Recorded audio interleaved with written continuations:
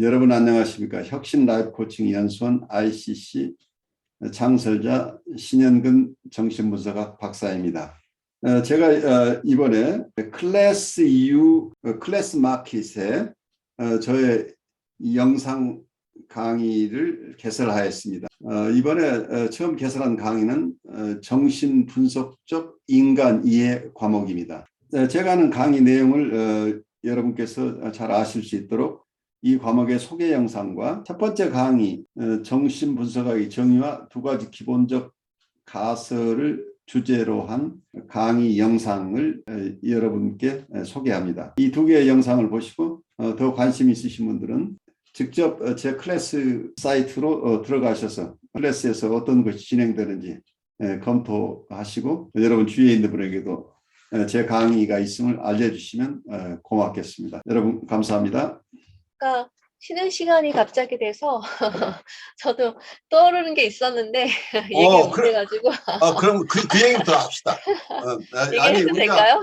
첫째 시간, 둘째 시간 상관없이 여러분들 이 시간은 학자가 브레인스토밍하는 과정이에요. 왜냐하면 여기는 우리가 불림문자의 세계에 지금 들어와 있어요. 말을 하다 보면 말을 먹고 말이 잘 안 되는 이런 경험들이라는 얘기예요. 그래서 사랑의 경험이나 우리 시점의 경험, 진정한 의미에서의 어떤 컴패션이나 이런 것들은 말로 표현이 안 되는 것들이에요. 그래서 이 말로 표현 안 되는 것을 우리가 애써보는 과정에서 그 안타까움이 서로 전해져요. 그래서 서로 이제 공감대가 넓어지니까 여러분들이 어떤 생각이 떠오르거나 그걸 억누르지 말고 같이 표현하는 시간들을 갖는 게 굉장히 중요하다고 봐요. 그래서 저도 이게 말이 논리적으로 맞지 않는 얘기를 이렇게도 해보고 저렇게도 계속 하는 이유가 나도 버벅거리면서 여러분들이 버벅거려도 좋다는 걸 알려드리는 거예요. 그래서 같이 버벅거리죠. 그런 게 좀 느껴졌어요, 저도. 네. 얘기하다 보면 말이 안 돼. 진짜 앞뒤가 안 맞거든요. 네. 그래서 교수님께서 많이 애써 주시는구나 그런 느낌이 들었고요. 네. 아까 그 한주연님 말씀 경험을 이제 들으면서 저는 이 발제 그 글 중에서 그 33페이지의 그 중간쯤에 그들이 서로 분리되어 있다는 것을 인정하는 반면 그들이 서로 사랑하는 것을 배우지 못했기 때문에 서로가 타인으로 남는다라는 말이 있거든요. 그렇죠. 네네. 그래서 그 말이 저는 굉장히 눈에 확 들어왔었어요, 아까. 근데 아까 한 선생님 말씀 들을 때, 이것과 좀 다르게, 그렇다면 한 선생님의 그 사례는, 경험은, 어떻게 보면, 주체로서의 선생님이 대상으로서의 그 선생님을 바라보는 그런 지점이 있었던 것 같고, 계셨던 것 같고, 그게, 아이들, 그 바닥에 이렇게 구걸하는 아이들이나 파도 일렁이는 물결이나 이런 그 아이나 그 파도의 마음은 잘은 모르겠지만, 서로, 그래서 여기서는 서로라는 말이 들어있긴 하지만, 그래서, 근데 제가 이제 그냥 느꼈던 거는, 이게 그 찰나의 그 선생님의 경험이, 그 안에 사랑이 가 있다라는 느낌이 들었거든요. 그렇죠. 그래서 이 프롬의 책이 사랑의 기술이잖아요. 사랑의 예술, 사랑의 네. 기술이잖아요. 그래서 네. 이 프롬이 얘기하고자 하는 것이 이 안에 들어가 있지 않았을까, 그 찰나의 경험에서. 그러니까 사랑하는 어떤 사랑의 기술이 그 안에 사랑하는 어떤 방법, 사랑의 어떤 예술 이런 것이 그 안에 들어가 있었기 때문에 그렇기 때문에 그 아이와 그 물결, 파도 일렁이는 파도, 물결과 선생님이 타인으로 남지 않았던 것 같다는 생각이 들었어요. 그래서 그런 느낌이 들어서 충분히 예. 공감이 가는 얘기죠. 네네. 그래서 그러니까 깊이 공감해주고 계시는 거죠. 변성현 선생님이 한 선생님이 언어를 표현하지 못하고 있는 걸 표현해 주시고 계세요 지금. 그게 지금 사랑이라는 거죠. 말하자면 그 대상과 내가 하나가 그 유나이티드 됐어요. 그게 원래 하나였어요. 말하자면 불가식으로 원래 하나인데 내가 분리되어 있다고 착각하고 있다는 얘기예요. 이게 환상이에요. 분리되어 있다고 하는 것 자체가. 환상인데 그 환상을 벗어나서 하나임으로 다시 이어졌는데 그 속에서는 깊은 그걸 정복해서 가지라. 있는 그대로 그 모습을 내가 담아내면서 너와 내가 하나가 된 거라는 거죠. 그러니까 사랑하는 방법, 사랑하는 것을 깨우친 이후의 융합이란 얘기예요. 그 퇴행된 융합이 아니고 내가 나로서 있고 대상은 대상대로 있으면서 대상과 내가 하나임을 그러니까 같은 것이 아니고 독립된 상태, 상실이 아닌 상태에서 너는 물결이고 나는 난데 물결과 내가 다른 게 아니고 너와 내가 다른 모습을 하고 있지만 너와 나는 하나다라는 이런 경지란 얘기죠. 딱 이 프롬의 말이 딱 들어가 있는, 그러니까 그들이 서로 분리되어 있다는 것을 인정하는 반면이라고 쓰셨거든요. 그 프롬이. 인정을 하는 거죠. 예, 예, 인정하지만 사랑하는 마음이 있잖아요. 내가 그걸 네네네. 보고 내 온 영혼이 함께 있는 거죠. 그러니까 너와 내가 남이 아니라는 거. 그리고 너와 내가 유나이트 되는 그 상태에 직관이 온 거죠. 어떠면 번역문에 그들이 서로 분리되어 있다는 것을 인정하는 반면 그들이 서로 사랑하는 것을 배우지 못했기 때문에 서로가 타인으로 남는다 하는 내용이 있는데 그 번역이 원문이 주는 뉘앙스하고 조금 다른 뉘앙스를 주기 때문에 제가 원문을 가지고 다시 한번 설명해 드리고 싶어요. But while recognizing their separateness, they remain strangers because they have not yet learned to love each other. 그들이 서로 분리되어 있음을 인식하는 동안에는 그들은 서로 남남으로 남아 있게 된다. 왜냐하면 그들이 서로 사랑하는 것을 배우지 못했기 때문이다. 그 뒷부분을 보면은 지금 얘기한 내용을 조금 더 자세하게 이해할 수 있을 것으로 보입니다. 그 뒷부분에 나오는 얘기가 사랑에 의한 재결합 없이 인간이 분리되어 있다는 의식은 수치심의 근원인 동시에 죄책감과 불안의 근원이기도 하다. 이 부분을 원문으로 보면 The awareness of human separation without reunion by love is the source of shame. It is at the same time the source of guilt and anxiety. 사랑에 의해 다시 결합되지 못하고 사람들이 서로 분리되어 있다는 의식이 수치심의 원인이다. 동시에 이것이 죄책감과 불안의 원천이 되기도 한다. 라고 해석할 수 있겠습니다. 여기서 프롬이 사람들이 느끼는 분리에 대한 인식, 이것이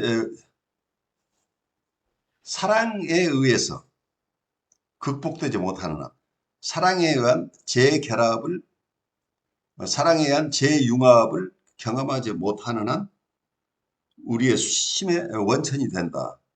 그리고 이것은 동시에 죄의식과 불안의 원천이 된다.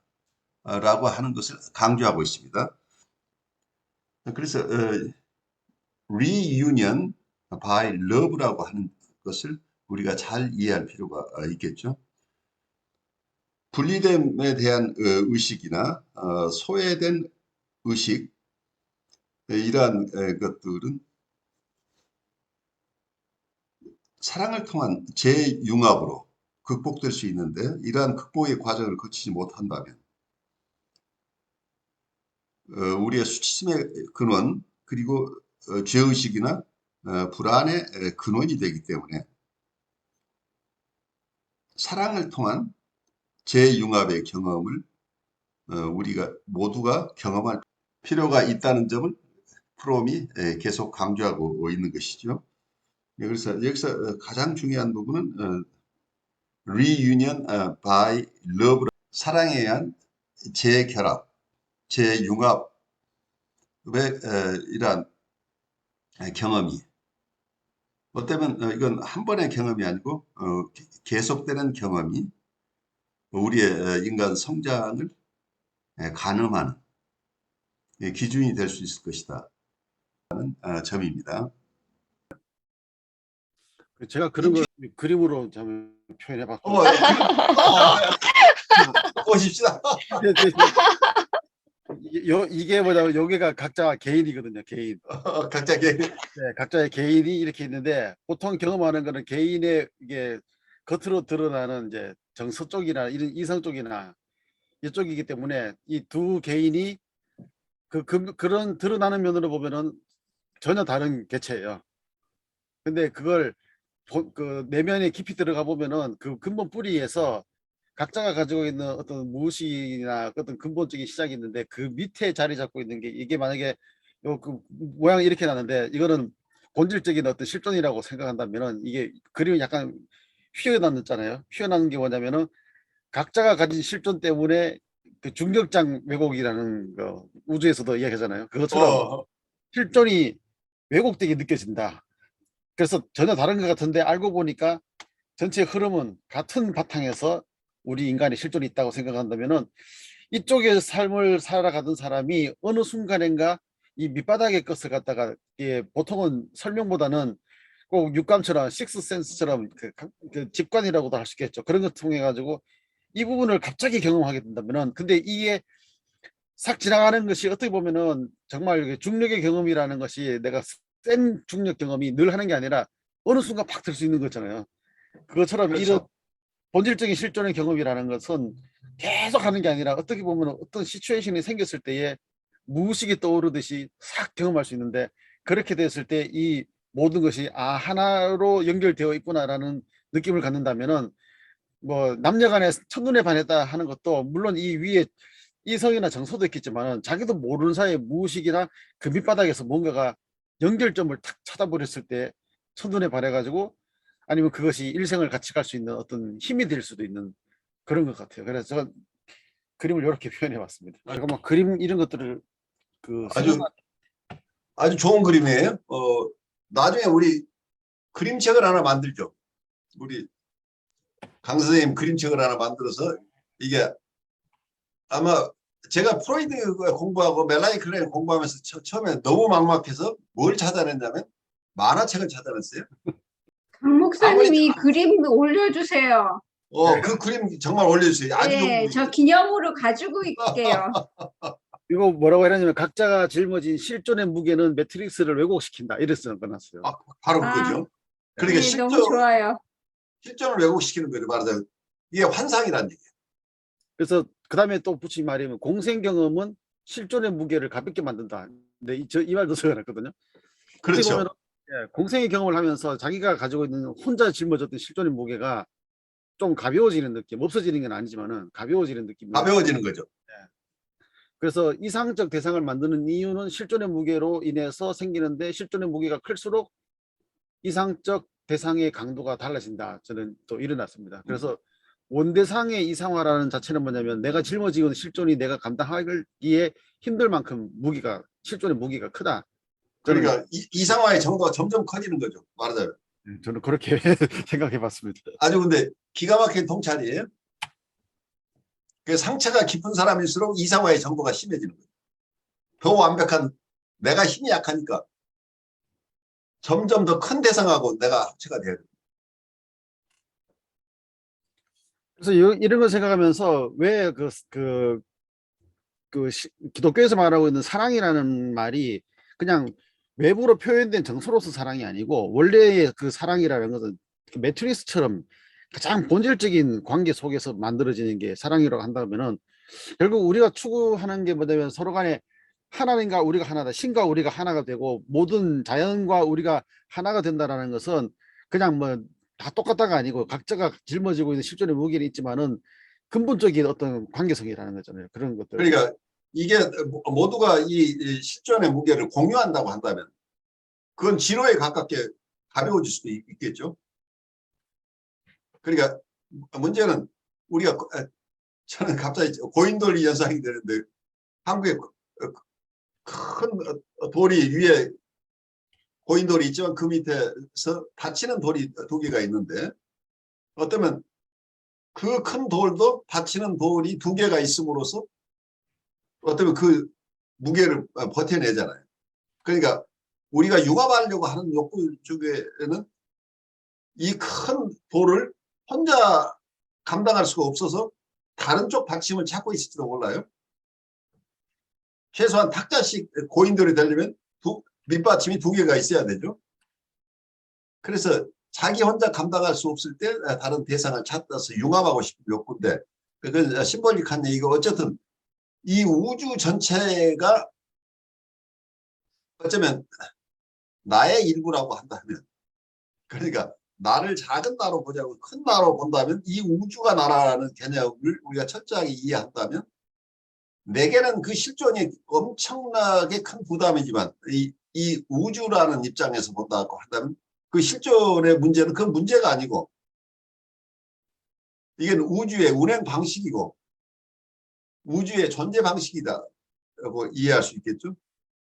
그러면 그게 슬퍼할 일도 힘들어할 일도 아니고 이건 원래 큰 내가 이런 모습으로 경험하는 것이다 이렇게 볼 수도 있겠죠. 그래서 이 작은 나라는 개념에서 벗어나서 큰 나라로 움직여진다고 한다면 그 체험 자체가 어떤 소외된 고립된 존재로서는 감당할 수 없는 이 실존의 무게가 나를 우주를 품어내는 큰 나로서 체험한다고 한다면 그 작은 내가 경험했던 고통은 고통이 아니고 이 우주의 존재 방식이고 우주의 변화 방식이다. 그렇다면 그건 내가 희로애락에 너무 휘말릴 필요도 없는 것일 수도 있겠다 하는 쪽으로 이런 연상도 조금 돼요. 우리 강 목사님 그림이 나에게도 이런 연상을 주는데 강 목사님 얘기를 좀 더 했으면 좋겠어요. 아주 좋은 통찰이에요. 그래서 그 어떤 이야기냐면 본질에 대한 한거라는 이야기들이 있더라고요. 본질을 거부하고 실존이 중요하다고 하면서 실존적인 한테 그 본질에 대한 한거가 이제 이런 개념으로 생각해 보면 과연 가능한가 했을 때 결국은 실존을 강조하고 본질적인 것보다는 실존에 대해서 강조하면서 본질에 대한 한거가 일어난다면은 결국은 그것은 그 본질로부터 탈출하는 것 같은데 알고 보면은 자기의 실존 안으로 매몰되는 그런 경험이. 그러니까 실존의 개념을 둘로 보면 어때요?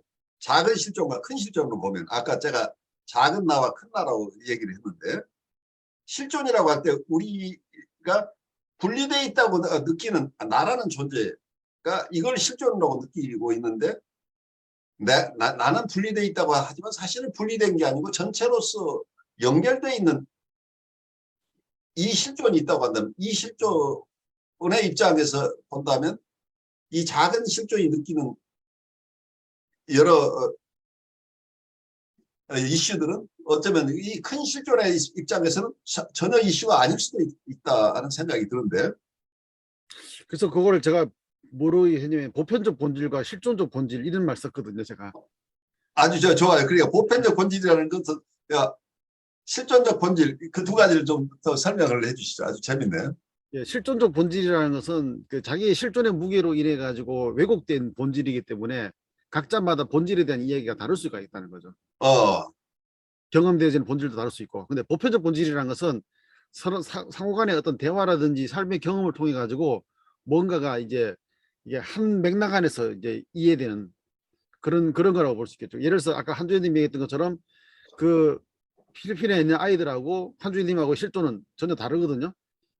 다른데 그 아이들이 자기의 실존을 보여준 거는 그저 구걸하는 모습밖에 안 보여줬는데 거기에서 어떤 뭔가의 연결성을 경험한다는 것은 그 아이들은 전혀 아니거든요. 솔직히 한주현님만 느꼈는데 그거를 이거 혼자 나의 착각인가 나의 연민인가 라고 생각할 수도 있겠지만 어떻게 보면은 어떤 보편적인 본질적인 것들이 그 하나의 연결고리처럼 나한테 스며들어왔을 때에 내가 그걸 경험한다 해가지고 저 사람은 못했다 할지라도 어쩌면 그것은 제가 볼 때는 보편적 본질에 가까운 것이 아니냐 그런 생각 들고 그런 각자가 느끼는 본질이라는 것은 자기의 어떤 실존에 의해서 느껴지는 것이기 때문에 그거는 원래는 연결되어 있는데 각자 입장에서 단절되어 있는 경험들을 하게 된다는 이런 생각이 드는 거죠. 그 단절의 경험이죠.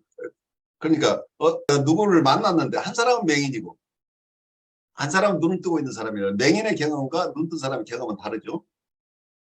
그렇지만 그 경험 자체가 일어나고 있는 사실들이고 어떤 사람은 못 볼 뿐이지 실제 없는 게 아니죠.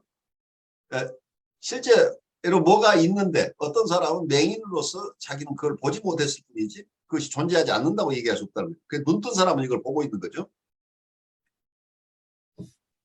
그게 장님이 그 시각 장애인들이 코끼리 만지면서 코끼리는 이렇다 저렇다 그런 이야기 나오잖아요. 그래요.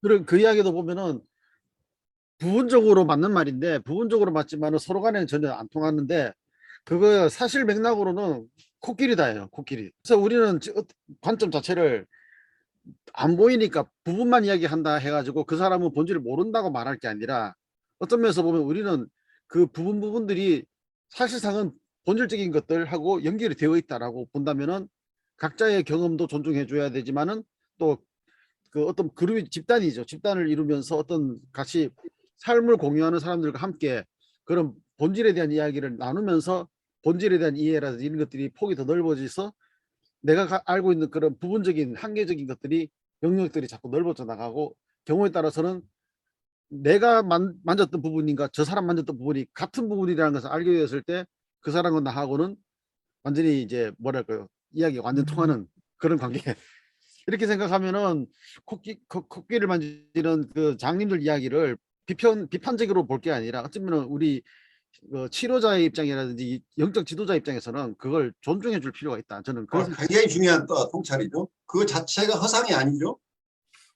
그 자체가 모든 것을 커버하지 않았지만 부분적으로 진리죠. 근데 부분 진리를 전체 진리로 볼 수는 없다는 얘기죠. 실제 체험이 일어나고 있는데 그 체험이 그 대상 전체라고 보는 거, 이 확대 해석하는 것 자체가 잘못된 거죠. 나는 모른다가 전제돼야 된다. 그래서 임상에서 여러분들이 역전이 속에서 대상의 전이정서를 이해하는데 내가 지금 체험하고 있는 것이 틀렸다가 아니라 이건 맞는데 이것만 가지고 이 사람을 이해하려고 하는 것이 되면 큰 사고가 난다. 내가 아직 체험하지 못한 부분도 있다는 걸 이해해야 된다. 그래서 우리가 겸손한 자세로 우리가 만나는 내담자의 얘기를 계속해서 경청해야 될 필요가 있는 것이 나는 이미 이 사람을 다 파악한 것 같지만 내가 지금 알고 있는 것은 이 사람 체험의 극히 일부만을 아직 알고 있는데 너무 쉽게 판단을 해서는 안 된다고 하는 거죠. 그래서 어떤 면에서는 비원이 얘기한 대로 어떤 선입견을 갖지 말고 내가 이전까지 알고 있던 이 사람 잊어버리고 새로운 체험들을 담아내라는 얘기죠. 그런 점에서 이 강 목사님이 얘기하는 코끼리 비유도 아주 재미있는 새로운 퍼스펙티브예요. 그 체험들을 다 없애버린다고 한다면 코끼리를 알 수가 없어요. 결국은. 이게 여러 사람이 체험한 것을 다 모아서 누군가가 이걸 통합해낼 수 있으려면 그 부분 체험들이 필요하다는 얘기죠. 우리 김태희 목사님도 좀 나누시겠어요? 아, 네. 제가 이동하다가 이제 좀 자리를 잡아서요. 그래요. 네. 저는 아까 강 목사님 설명을 듣고 또 한주혜 선생님 그 경험을 듣고 하면서, 요즘 한참 얘기가 많이 되고 있는 양자 물리학, 양자 역학, 이런 예. 게 좀 떠올랐습니다. 양자 역학에서 말하는 걸 보면, 그 원자보다 그 원자 그 안에 들어간 그 미시 세계에서는 사실은 그 원자 핵을 두고 전자가 돌고 있잖아요. 근데 그 원자 핵이 있고 그 전자가 돌고 있다는 얘기는 원자 핵과 전자는 만나지 않는다는 거거든요. 그럼 그 안에 공간이 존재한다는 거고, 그러니까 그런 의미로 보면 이 세상에 있는 모든 만물, 우리가 보고 있는 이 실제 하고 있는 책상이든 사람이든 컴퓨터든 우리 눈앞에 보이는 모든 실제 하고 있는 것들 사이에도 그 미시 세계로 들어가면 공간이 존재한다는 거거든요. 그러니까 이게 물리학적으로도 사실은 사람이 사람을 통과할 수 있는 그런 이론적인 근거가 된다는 데까지 이제 얘기를 듣긴 했는데, 그런 식으로 그 물리적인 것조차도 연결이 되고 그 뭐 양자역학을 깊게 들어가면 그 뭐 시간과 공간의 그런 변화까지 뭐 얘기하면서 엄청 어려워지긴 하던데, 그러니까 어떤 그 미시 세계로 깊이 들어가기만 해도 같이 공유되고 만날 수 있고 융합될 수 있는 물리적 근거도 있다라는 거라서 좀 그 우리가 어떤 영성적인 깨달음뿐만이 아니라 삶에서 느끼는 그런 깨달음뿐만이 아니라 실제 내가 손을 대고 있는 이 책상과 나도 하나가 될 수 있다. 그러니까 얘가 가지고 있는 가치가 내가 생각하고 있는 그 가치랑 어느 순간 연결됐을 때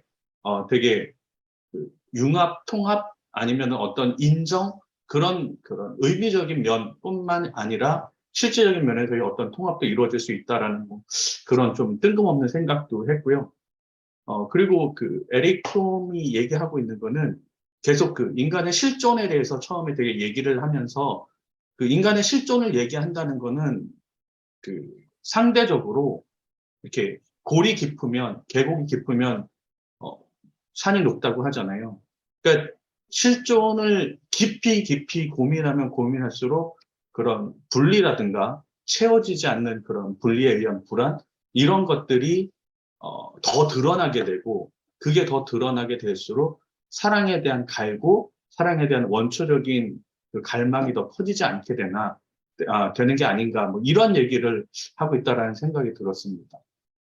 그래요. 아주 귀한 나눔 주셨어요. 그래서 어쩌면 양자역학의 세계에도 우리가 깊이 들어가게 되면 우리의 심리 세계를 이해하는 데 큰 도움이 될 것 같아요. 쉽게 해서 양자역학이 우리에게 주는 가장 간단한 거가 빛이 입자냐 파동이냐 하는 것. 네, 이게 빛이 파동이기도 하고 입자이기도 하다는 거예요. 그러니까 이게 바로 동양적인 사고, 이게 파라닥시칼한 토트가 이게 진리일 가능성이 있다는 얘기예요. 그러니까 이분법으로 보면 파동이냐 입자냐 둘 중에 하나여야 되는데, 실제 실험 결과는 이게 필요한 경우에는 파동이 되고 또 다른 경우에는 입자가 된다는 얘기예요. 근데 이건 동일한 거라는 얘기예요. 거기다 놀라운 거는 눈으로 봤을 때는 입자처럼 보이는데 눈으로 보지 않았을 때는 파동처럼 작용한다라는. 그러니까 관찰자가 있느냐 없느냐에 따라서 달라진다. 네. 물리 법칙으로는 눈으로 볼 때는 파동이고 자세히 보면 입자가 됩니다. 아, 예. 가시광선은 파동으로 오는 건데 그 저기 뭐죠, 전지 있잖아요, 태양 전지, 그것들이 입자가 되는 거죠. 근데 그게 물리적인 그런 법칙들이 있잖아요. 저는 이제 어떤 생각을 하냐면은 물리 법칙으로 이야기되어 있는 그런 어떤 힘의 관계들이 결국은 그게 심리적인 것하고 연결이 될 수밖에 없는 게, 우리의 심리라는 것이 그냥 말하자 그냥 막 나오는 게 아니고 어떻게 보면은 물리적인 힘의 관계도 역학이 그대로 심리적인 것하고 적용이 되는 게 우리 존재가 원래 그렇다, 이런 생각이 들더라고요. 그래서 그 지금 이론에서는 그 물질을 파고들면은 맨 마지막에 파고들었을 때 현재로 파악되는 가장 근본적인 형태는 뭐냐 했을 때, 그거는 그냥 짧은 그 진동이라고 그러거든요. 진동이라는 자체는 웨이브거든요. 근데 그러니까 모든 입자들이 웨이브를 가지고 뛰고 있는 성격이 있는데, 그 웨이브에 의해 가지고 서로 만나게 되고 이게 적절하게 거리를 두게 되고 뭐 이런 이야기가 나오더라고요. 그래가지고 그런 웨이브 때문에 어쩌면은 우리 그 그걸 물리적인 것을 심리적인 것으로 옮긴다면은 이모셔널 커뮤니케이션 뭐냐면은 내가 가진 진동이 저 사람의 진동하고 맞아 들어갔을 때 이모셔널 커뮤니케이션이 일어난다. 그렇게 볼 수 있겠죠. 네, 그러니까 그렇게 이게 공산주의 이론에서 어떤 우리의 사회 구조 속의 상층 구조와 하부 구조를 얘기하잖아요.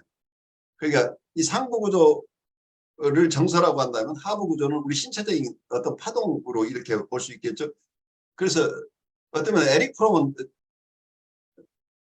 소셜리스트예요. 그래서 이 역사를 정신분석이 끌고 들어온 게 인간의 마음을 이해하는데 서브스트럭처라는 개념으로 우리가 볼 수가 있겠죠.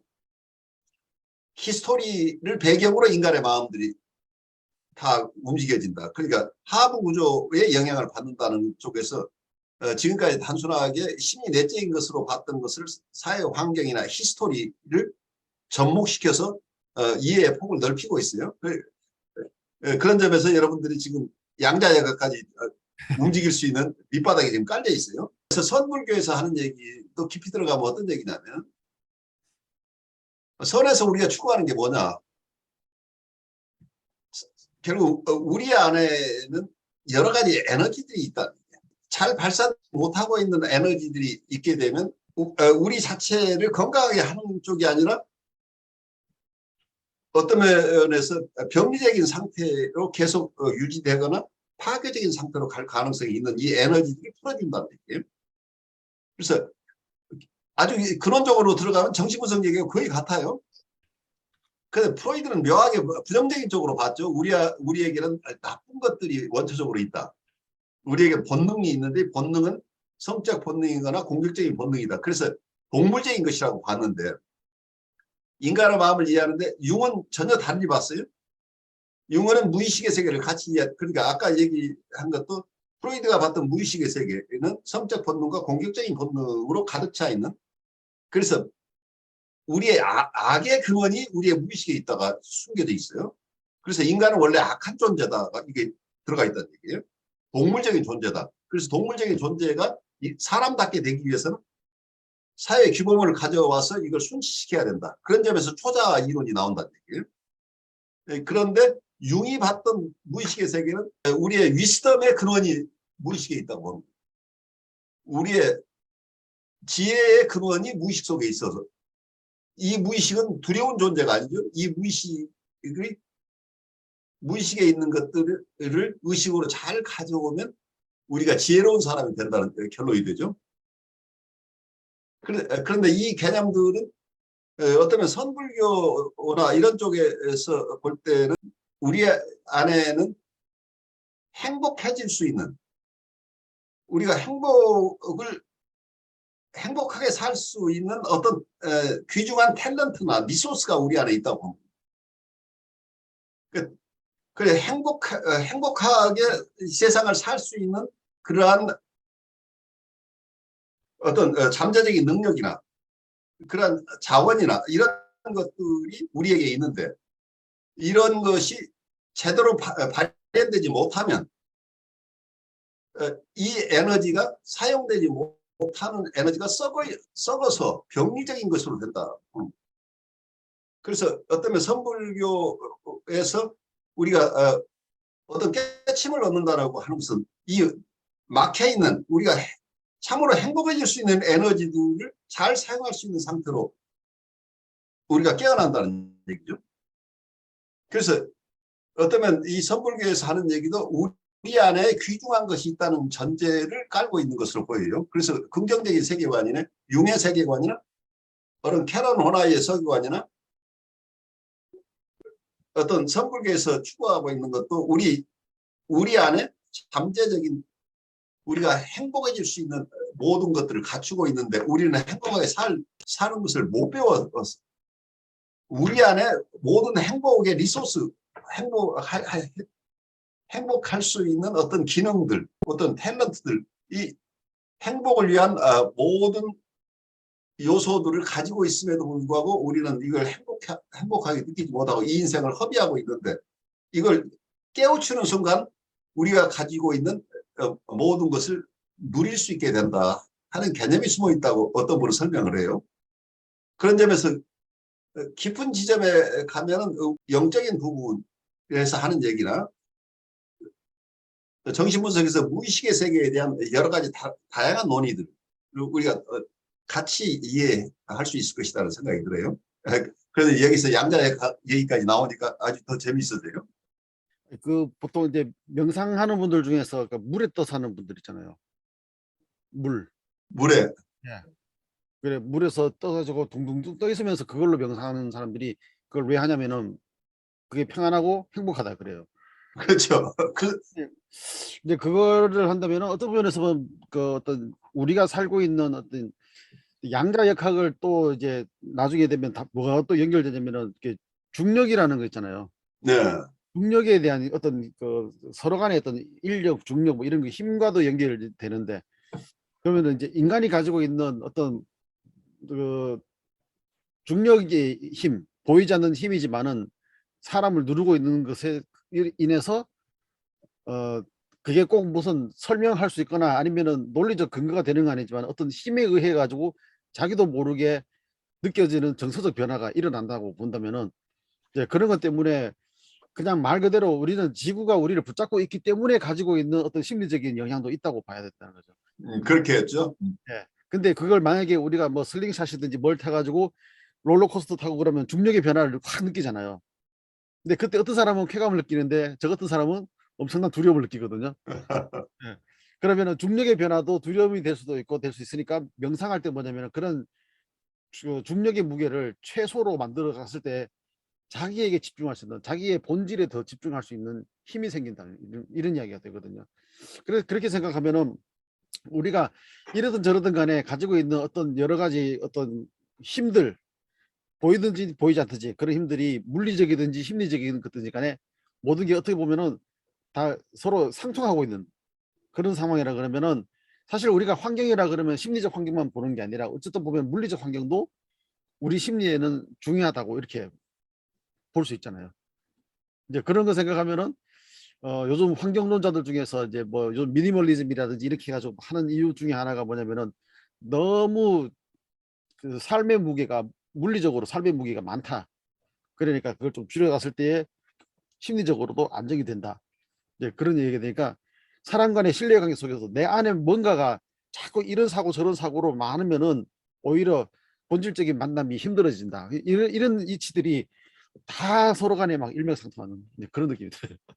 그러니까 우리가 사고 중심으로 사는 사람은 인생을 체험하지 않고 살고 있다는 얘기예요. 그래서 이게 주지와 방어라는 게 깊이 들어가면 결국 그 얘기예요. 익스페리언스를 하지 않고 생각 자체를 가지고 경험을 하고 착각하고 산다는 얘기예요. 그래서 이 사람은 실제 인생을 사는 게 아니고 사고 강박 속에서 살고 있다는 얘기예요. 실제 인생을 체험하지 않고 살고 있는 사람이 사고 강박이라는 얘기죠. 생각으로만 그러니까 옛날에 어른들 얘기하는 것처럼 밤새 기와집을 여러 채 지었다 부시고 또 그 다음날 또 기와집 짓고 이렇게 펜트하우스 속에 사는 사람들이 실제 주춧돌 하나 놓지 않으면서 이 사람은 계속해서 고대광실을 지었다 부쉈다 하고 있는 거죠. 그래서 사실은 실제 체험들이 아닌 이런 생각만 가지고 사는 거예요. 이런 삶이죠. 그래서 우리가 체험하고 있다고 하는 것들이 정말 실제 체험인가? 어떤 넓은 의미에서 판타지도 원시적인 사고죠. 어떤 그림으로 나타내는 사고방식인 거죠. 언어가 있기 전에 사고방식이 판타지인 거죠. 그래서 유아적인 사고가 판타지인 거죠. 변성혜 선생님이 아주 좋은 화두를 꺼내서 우리가 얘기를 많이 했는데 여러분 얘기 들으면서 지금 드는 생각이 있으면 조금 나누고 가죠. 에릭 프롬이 인간이 자연의 일부이다라는 말을 한 어떤 의미가 있을 것 같아요. 그러니까 자연을 가지고 온 그 자연에 대한 어떤 상징적인 의미가 있을 것 같은데, 아까 말씀하셨던 여러분들의 의견들 다 말씀들을 모아서,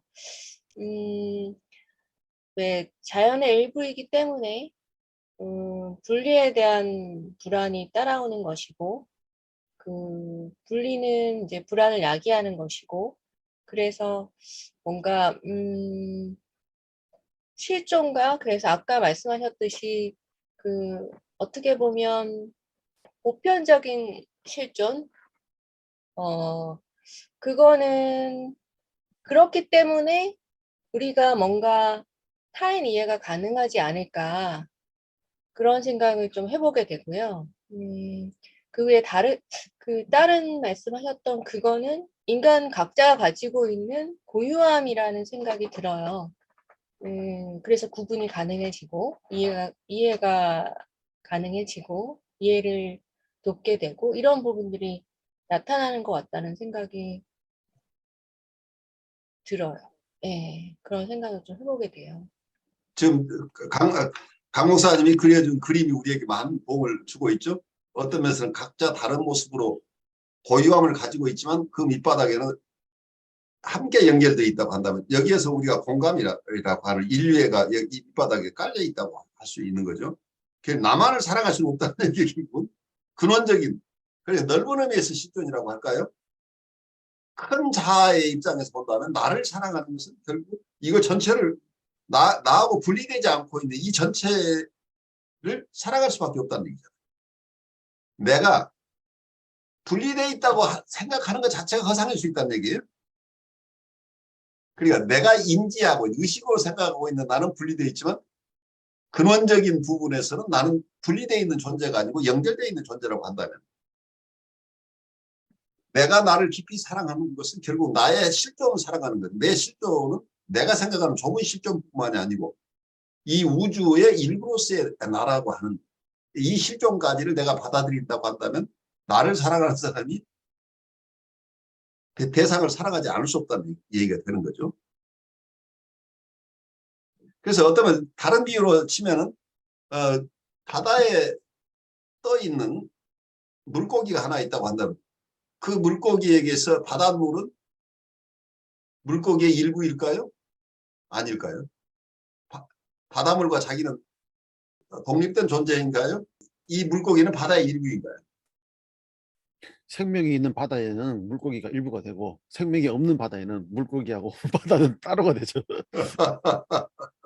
그래서 살아있는 한 생명체로 있는 한은 어쩌면 분리할 수 없는 부분이죠. 바닷물이 없이는 이 물고기는 생존할 수 없잖아. 그러니까 이 물고기는 바다의 일부이기도 하고 또 물고기 입장에서는 바다가 자기의 일부이기도 하죠. 이게 말하자면 심바이오시스잖아. 물고기 입장에서는 자기가 다른 물고기하고 다르다고 하지만 다른 물고기도 똑같은 상황이라고 한다면 이 바다하고 동일시되어 있는 바다하고 하나가 되어 있는 물고기끼리는 서로 분리되어 있는 게 아니잖아. 이렇게 되면. 이제 바다를 살아있게 하는 거는 또 물고기들이고 바다 자체가 살아있다고 말하면은 그거는 이제 괴물이 될 수 있는 거죠. 아까 나왔던 정신 이상의 문제인 것 그러니까 정신 이상이 될 수도 있어요. 것과 연결이 될 것 같아요. 그러니까 융합을 원초적으로 추구하게 되면 프리미티브한 융합을 추구하는 사람은 정신병자가 된다는 얘기예요. 그래서 굉장히 조심스러운 부분이에요. 영성도 멜라니 클란이 얘기하는 PS 포지션, 그러니까 현재 분열적 자리에서의 영성을 추구하는 사람과 디프레시브한 입장에서 영성을 추구하는 사람이 각각 다르다는 거예요. PS 포지션에 있으면 원초적인 분리개별화 이전 단계의 이런 영성이어서 성숙한 영성이 아닐 가능성이 높다는 얘기예요. 디프레시브 포지션에 있는 영성만이 어쩌면 성숙한 영성이라고 이해하는 분도 있어요.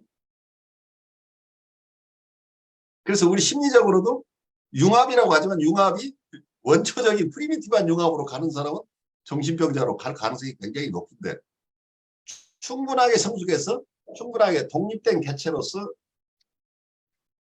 성숙한 사람은 다른 사람과 융합하는 방식이 다르다는 거예요. 같이 유나이트가 되는데 인류애라는 게 우리가 모든 인류를 품을 수 있는 힘이잖아요. 하나가 될 수 있는 힘이죠. 하나가 되는데 같아지는 게 아니라는 거예요. 똑같아지는 게 아니고 서로 다른 모습으로 융합할 수 있는 힘이다. 그 자기를 없애버려서 하나가 되는 것은 어떤 죽은 본능이죠. 데스인스팅트로 프로이드 식으로 데스인스팅트가 작동하는 건데 자기는 온전히 살아있는 주체로서 다른 대상과 하나임을 깨치고 같이 살아갈 수 있는 힘이 있다고 한다면 이 모든 대상을 살아갈 수 있는 힘이 있다는 얘기죠. 그게 자유의지 같습니다. 그렇죠. 그 자유의지로 돌아가는 거죠. 어떤 면에서. 왜 하나님께서 인간에게 자유의지를 주셨느냐? 완벽한 인간이 되려면 자유의지가 없어야 되는데 오히려 자유의지가 인간을 불완전하게 만들면서도 오히려 그것 때문에 진짜 살아있는 존재가 되고 어떤 하나님과 인간의 관계, 신과 인간의 관계가 그 관계가 정말 의미가 있는 관계가 되는 게 인간이 자유의지를 갖고 있기 때문에 이제 그런 일이 생긴다 이렇게 보십니다. 그러니까 왜 자유의지를 주셨느냐고 시비할 수도 있지만 자유의지가 없는 생명체라고 한다면 그것은 우리가 인간이길 거부하는 거잖아요. 나는 그냥 내 프로그램된 대로 살 수 있도록 아무 생각 없이 살 수 있다. 아무 불안도 없고 그냥 아무 생각 없이 살 수 있는 모습으로 우리를 창조했으면 좋았다는 것은 우리가 자의식이 있기 전에 셀프 어웨어니스가 있기 이전의 상태의 인류를 얘기할 수 있다고 볼 수 있겠죠. 근데 이 상태로 문명인이 이런 상태, 프리미티브한 상태로 퇴행하고 싶다고 한다는 얘기는 이 문명사회에서 본다면 이분은 이 문명사회에 살 수 없는 단계로 가겠다는 얘기죠. 그러니까 이 사회의 입장에서 보면 이분은 어쩌면 사이카틱한 상태라고 사람들이 인정할 수밖에 없는 거죠. 그래서 우리가 성숙해지기 위해서는 우리에게 자유의지가 주어져야 되는데 자유의지는 동시에 우리에게 엄청난 불안을 주는 거죠. 왜냐하면 내가 결과를 알 수 없는 것인데 내가 결정해야 되고 결정한 후에 그 결과에 대해서 오롯이 내가 책임을 져야 된다는 것 때문에 사람들은 이런 실존적인 경험을 하고 싶어 하지 않아요. 그래서 선택하고 싶어 하지 않아요. 그래서 누군가가 이걸 대신해 달라고 우기는 게 우리 많은 사람들의 병이에요. 그래서 아마 변 선생님 경우에 내담자를 와서 선생님 이때는 어떻게 할까요? 이리 갈 거예요? 저리 갈 거예요? 선생님이 알아서 좀 결정해 주세요. 이제 이런 사람들 바로 이런 거죠. 자기는 선택하고 싶지 않다는 얘기예요. 선택에는 불안이 따르기 때문이죠. 그래서 자유의지를 갖고 싶어 하지 않은 많은 사람들이 있는 거죠. 그래서 프롬이 하는 얘기가 Escape from Freedom이라는 얘기, 이런 책이 이게 유명한 책이죠. 자유로부터의 탈출이라는 거죠. 이게 바로 독재국가가 성립하는 배경을 잘 설명한 거죠. 왜 독재자가 나오느냐면 자기가 어떤 의견을 갖거나 선택하고 싶지 않고 누군가가 자기에 관한 것이고 세상에 관한 것이고 나는 아무 생각도 안 할 테니까 당신이 대신 결정해 주세요. 그런 대상을 찾아 나서는 게 독재를 찾아 나서는 거죠. 내 대신 해줄 사람이죠. 자기가 책임지고 이 세상을 살고 싶지 않은 사람들. 자기보다 더 큰 어떤 존재라고 생각되는 대상과 동일시를 함으로써 자기는 위대한 어떤 그 대상이 되고 그렇지만 자기는 아무 걱정도 없고 책임질 일도 없는 사람이 되는 거죠. 그러니까 이제 이 현상이 어쩌면 나치 독일에서 전범 재판 때 아주 극명하게 드러난 부분이에요. 가스공장 관리자로서 많은 사람을 가장 빠른 시일 내에 이 세상을 떠나도록 하는 일을 아주 충실하게 수행한 공무원들이 얼마나 많았.